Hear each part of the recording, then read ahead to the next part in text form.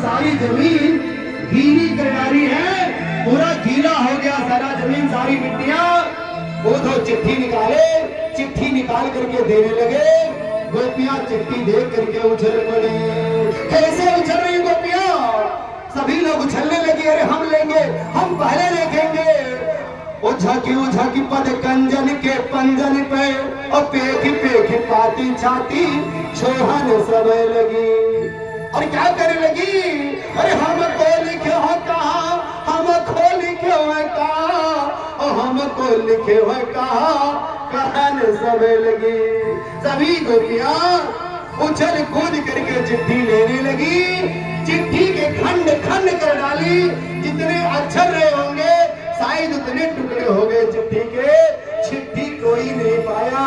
थोड़ा थोड़ा कागज का टुकड़ा लेकर के सभी लोग बैठ गई और रोने लगी। रो करके अपनी छाती से लगा लेती है। सारी गोपियां कन्हैया को याद करके रो रही है। उद्धव बोले गोपियां एक बार पढ़ तो ली होती, कन्हैया ने तुम लोगों को क्या लिखा था। अरे उद्धव, जिसने कन्हैया को पढ़ लिया उसे चिट्ठी उट्ठी पढ़ने की जरूरत नहीं है। मैं जानती हूँ मेरा कन्हैया कैसा है, मैं उसके बारे में बहुत भली बात जानते हो। सारी गोपियां रोने लगी। उधर से राधा रानी का दर्शन होता है। राधा रानी प्रेम की मूर्ति है। भगवान श्री कृष्ण अगर 16 गुणों 16 कलाओं से उत्पन्न हुए हैं, राधा रानी 64 कलाओं से उत्पन्न हुई है। जगत जननी माँ जगदम्बा राधा रानी धन्य है। राधा रानी को देखते ही उद्धव स्तब्ध रह गए। इतनी परम सुंदरी, इतना परम लावण्य देख करके उनको देखते ही उनके भक्ति भाव में डूब जाते हैं। राधा रानी भी रो रही है, इतना रो रही है राधा रानी। आज उद्धव जो ज्ञान का शिक्षा देने के लिए आए थे, आज वो भी प्रेमी बन गई। राधा रानी को देख करके प्रेम में मस्त हो गए। ब्रज के रज में जितना ब्रज का रज था वो स्नान करने लगे। 6 महीने तक लोट पोट करके उद्धव वहां स्नान किए हैं। 6 महीने के बाद जब उद्धव वहां से वापस लौटे, आकर कन्हैया से कहते हैं, कन्हैया तू यहाँ से चल, वृंदावन चल, तुम्हारे प्रेमी वहाँ है, तुम्हारी जरूरत वहाँ है। क्यों, क्या हुआ? मेरे भगवान, जो मुझसे प्रेम करता है मुझसे दूर नहीं है उद्धव। अपना सीना फाड़कर अपने सीने में दर्शन कराते हैं उद्धव को। पूरा ब्रज का दर्शन किए उद्धव जी कह रहे हैं, अरे कन्हैया यही सारे लोग थे वहाँ, इसी प्रकार का दृश्य था। हाँ उद्धव, मैं सिर्फ आपको आपका गर्व घमंड चूर करने के लिए, आप में प्रेम रूपी प्रेम पैदा करने के लिए वहाँ भेजा था। आपका ज्ञान चक्षु खोलने के लिए वहाँ भेजा था। बाकी मेरी गोपियां, मेरी राधा रानी मुझसे दूर नहीं है। आपको अहंकार हो गया था। आज उद्धव के ज्ञान का पहाड़ा गोपियों के वियोग की बेहादरी में जलकर खाक हो गया और ज्ञानी से उद्धव आज प्रेमी बन गए। भक्तों, गोपियां प्रेम की मूर्ति है। प्रेमास से आज भी वृंदावन का पानी खारा है। इतना प्रेम कौन किसको करेंगे? एक दिन भगवान ने कहा कि मेरे सिर में बड़े जोड़ों की दर्द हो रही है। समय बहुत ज्यादा नहीं लेंगे, आज अंतिम दिवस है। कथा को आगे बढ़ाते हुए एक दिन भगवान के सर में दर्द होने लगा। किसी भक्त के पैरों की धूल मिल जाए। कन्हैया ने कहा, अरे नारद, यदि कोई मेरा सच्चा भक्त हो और अपने पैरों की धूल मुझे दे देता और ये मेरे मस्तक पे लगा दिया जाता तो मेरा सर दर्द ठीक हो जाता। नारद गए सबके पास, सारे लोगों के पास जाकर के ढूंढने लगे, कोई तो देने को तैयार हो जाए, लेकिन कोई भैया मैं कैसे दूं, कन्हैया अपने माथे पे लगाएंगे, मेरा तो नरक हो जाएगा, 100 जन्म मैं नरक में जाऊं। राधा रानी के पास जाते हैं नारद भगवान। राधा रानी जैसे सुनती हैं कि मेरे स्वामी भगवान श्री कृष्ण के सर में दर्द है, दोनों पैरों को साफ करके धुल करके बढ़िया से दे देती है, महाराज तुरंत ले जाइए, मेरे कन्हैया को दर्द ना होने पाए, मैं एक बार नहीं 100 जन्म नरक में जाने को तैयार हूँ। प्रेम इसे कहते हैं महाराज। कन्हैया ने कहा आप सभी लोग मुझे कहते हैं कि प्रेम करते हैं, आप सभी लोग पूजा पाठ मेरा करते हैं, मेरे सर में जोर की दर्द हुई, कोई अपने पैरों की धूल तो दिया नहीं, और आप लोग क्या दे देंगे, फूल माला चढ़ा करके हमको प्रसन्न करना चाहते हैं। ऐसी राधा रानी है, काफी संविदा। राधा रानी को रुक्मिणी इत्यादि 16,108 रानियां जितनी हैं, सारे लोग एक दिवस लौट करके यहाँ आती है जहाँ राधा रानी रहती हैं। सभी लोगों ने सुना था कन्हैया बचपन में एक लड़की राधा नाम की है जिसे बहुत प्यार करता था। सारे लोगों को बड़ा जलन हो रहा है, अरे वो राधा है कौन जिसे कन्हैया इतना प्यार किया करता था, उसके किस्से हमने बहुत सुने हैं। बचपन में बहुत सारी बातें मैंने सुनी है कि मेरे पति देव एक लड़की से प्रेम करते थे, वो लड़की का नाम राधा है। रुक्मिणी चली राधा से मिलने के लिए जा रही है, पहुंचती है राधा रानी के घर के सामने, 2 महिलाएं बैठी हुई, बहुत सुंदर, परम सुंदर देख करके रुक्मिणी को लगा ये तो हमसे ज्यादा सुंदर है, इसका मतलब हो सकता है यही राधा रानी हो, तो इतना सुंदर है तभी तो कन्हैया मोहित हो गए थे और तभी तो इनके प्रेम फांस में बसे हुए थे। तभी लोग कहते हैं कि कन्हैया इनसे प्रेम करते थे। प्रणाम की, बोली आप राधा रानी हैं? अरे नहीं नहीं देवी, मैं राधा रानी नहीं हूँ, मैं तो उनकी दासी, तुच्छ दासी हूँ और यहाँ रह रही हूँ, घर के काम धंधों को करने के लिए मैं यहाँ रहती हूँ। रुक्मिणी जी तो वहीं से पका गई, ये राधा रानी नहीं है, फिर राधा रानी कौन हो सकता है? अंदर प्रवेश की राधा रानी को देखते ही रह गई। वो प्रेम की प्रतिमूर्ति राधा रानी मैया, धन्य है मैया राधा रानी, उनको देख करके रुक्मिणी और जलन करने लगी। इसीलिए तो कन्हैया इनके प्रेम फांस में पड़े हुए थे। आज मैं इनकी परीक्षा लेती हूँ कि कितना ये कन्हैया से प्रेम करती है। सद्भामा, जामवती, सारी रानियां अपने मन में यह विचार करती हैं, आज राधा की परीक्षा ली जाए। खूब गर्म दूध, खूब खौलता हुआ दूध लेकर के गिलास में आती है। ऐ राधा, तेरे प्रियतम कन्हैया ने तुझे भेजा है और इसे पी ले। राधा रानी ने न आगे देखा न पीछे सोचा, तुरंत दूध को ली और दूध को श्री गोविंदाय नमो नमः उसको पान कर गई। इतना खौलता दूध, इतना जलता हुआ दूध राधा रानी मैया पान कर लिया। रुक्मिणी तो वहां से तुरंत भगी, हरी राम राम राम, इतना प्यार करती है मेरे कन्हैया से, इसने कभी छू कर भी नहीं देखा। इतना विश्वास है कन्हैया के ऊपर कि कन्हैया भेजे हैं, इसलिए चाहे जो हम पीने जाऊंगी। अरे धन्य हो तुम राधा रानी, वहां से भाग कर चली आती है। रुक्मिणी आई अपने महल में, बातें नहीं बताई। रात हुई, कन्हैया सोए हुए हैं, मैया पैर दबा रही है। रुक्मिणी पैर दबाते दबाते उनके चरणों में देख रही है फफोले पड़े हुए हैं। स्वामी आपके पैरों में फफोले, ये कैसे, कब हुआ स्वामी? कहाँ आप कैसे, कहाँ चल गए? प्रिय क्या बताऊं, आज मेरी प्रियतमा राधा रानी कुछ गर्म पदार्थ शायद खा ली और उनके हृदय में मेरा चरण था, इसीलिए मेरे चरण ने वो सारी गर्मी सोख ली और राधा रानी आराम से उसको पार कर ली। मेरे विश्वास करो, मेरे भक्त मुझे जैसे याद करते हैं। अब तो रुक्मिणी और लज्जित हो गई, रोने लगी, स्वामी माफ कर दीजिए, मैंने ही ऐसा अपराध किया है स्वामी, मैं नहीं जानती थी आप और राधा रानी के प्रेम की परीक्षा मैं लेने गई थी। अब तो रुक्मिणी जी चरणों में गिर पड़ी और राधा रानी के चरणों में जाकर गिर पड़ी। हे राधे रानी तुम धन्य हो, 100 बार तुझे धन्यवाद दी।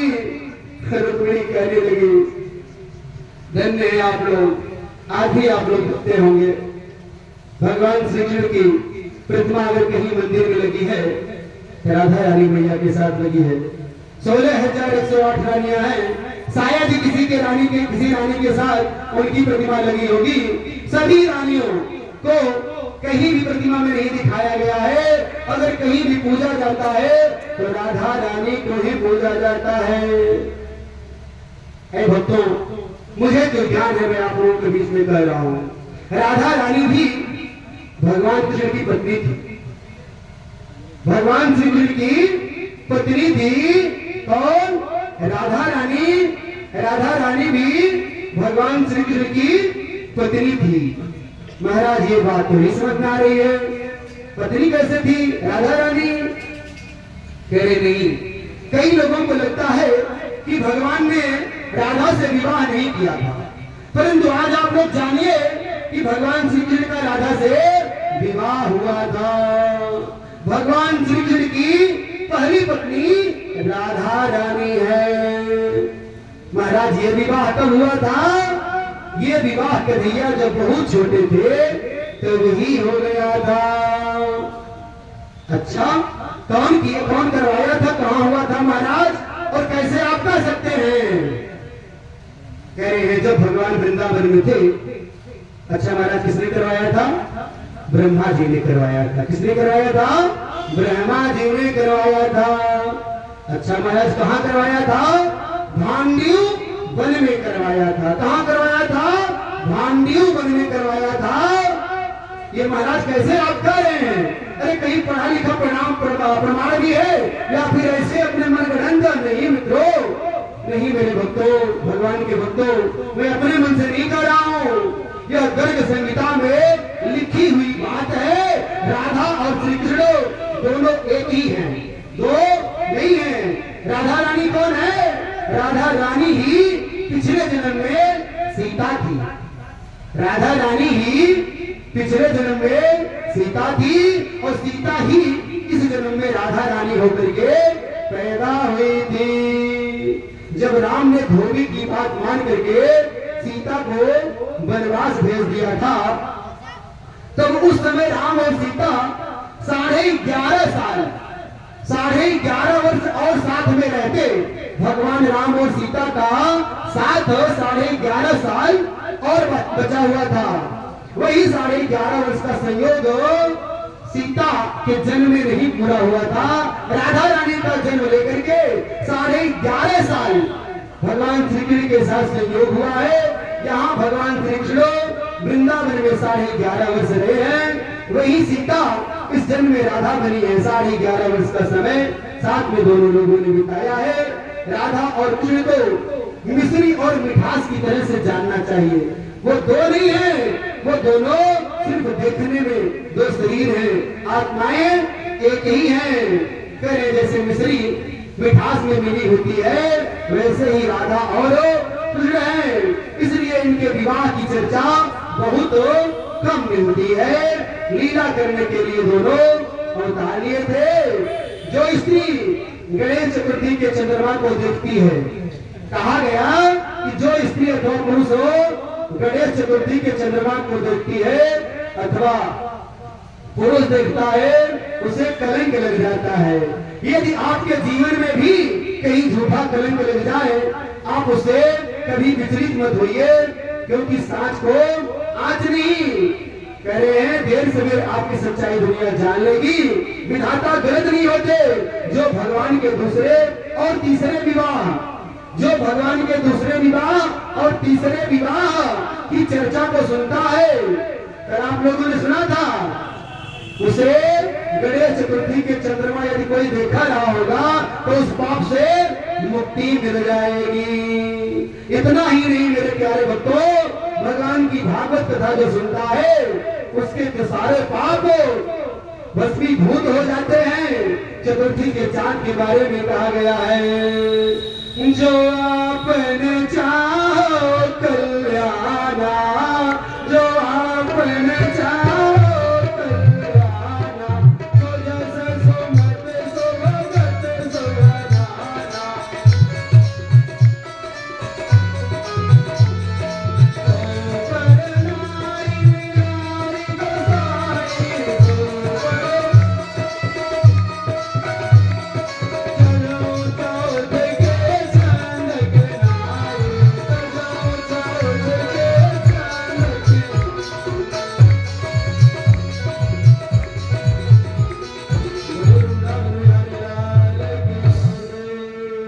भगवान सोचने लगे कि मेरे जाने के बाद मेरे वंश का क्या होगा, कहीं पृथ्वी का भार ये लोग न बन जाए, क्योंकि यादव के लड़के सब बहुत ही बुरा बात दुष्टता करना शुरू कर दिए थे।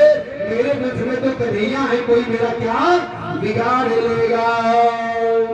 एक जगह यज्ञ हो रहा था, हवन हो रहा था, सभी ब्राह्मण लोग इकट्ठा थे, कुछ बालक इकट्ठे होकर के उन महात्माओं की परीक्षा लेने के लिए कि देखते हैं कौन बहुत जानकार पंडित जी है।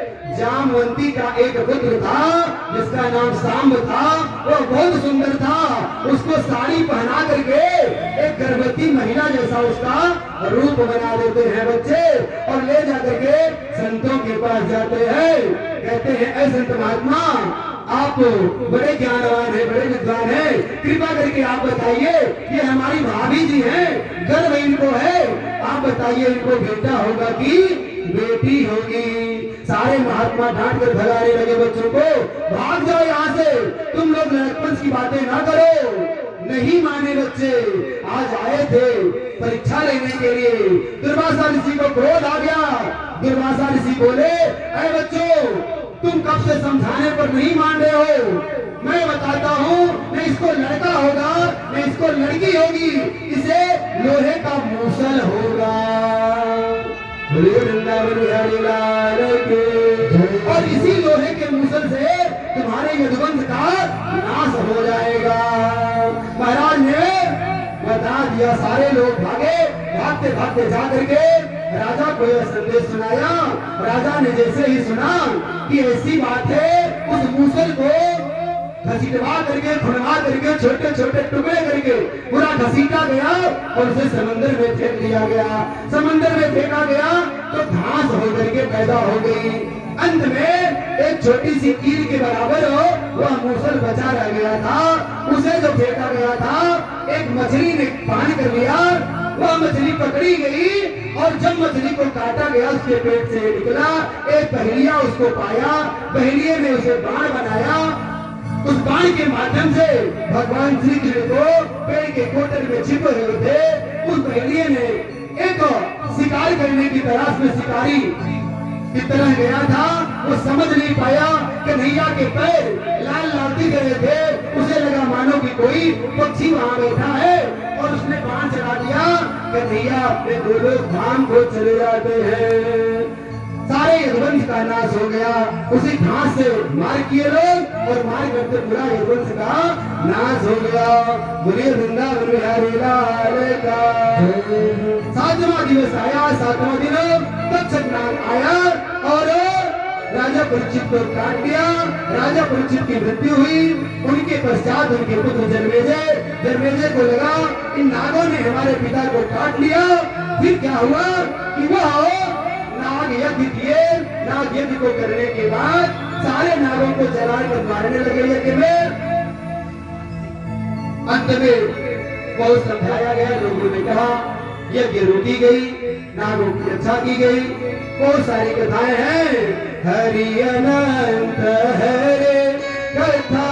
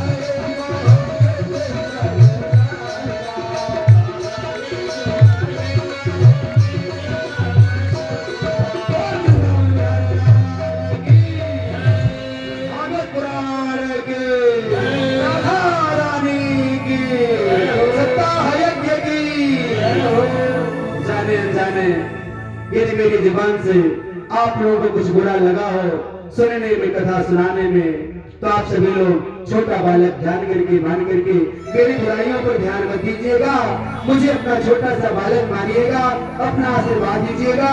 जैसे बन पड़ा मैंने 7 दिवस आप लोगों के बीच में रह करके कथा का रसपान कराया।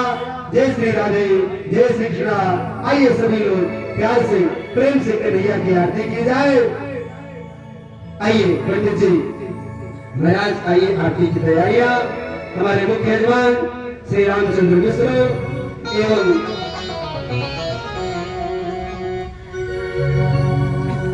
उनकी धर्मपत्नी श्रीमती उषा देवी पांडाल में आ चुके